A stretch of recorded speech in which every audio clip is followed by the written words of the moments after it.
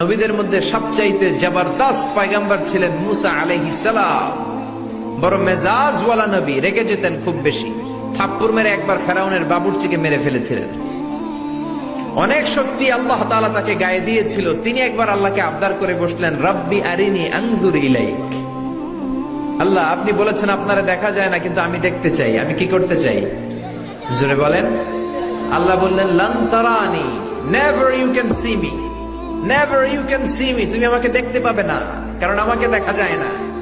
সাইয়েদনা মুসা বললেন, আমি দেখতে চাই। আল্লাহ বললেন, দেখা যায় না। মুসা বলে, দেখতে চাই। আল্লাহ বললেন, দেখা যায় না। মুসা আলাইহিস সালাম বললেন, কথা বলেন না কেন?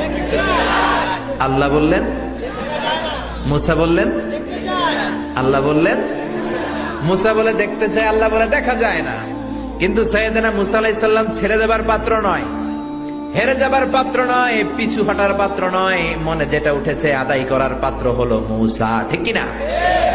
উনি বললেন, রব্বি আরিনি আনজুর ইলাইক। আল্লাহ, আপনি আমারে দেখা দেন, আমি দেখতে চাই। আল্লাহ বললেন, লান তারানি, never you can see me. ওরে মুসা,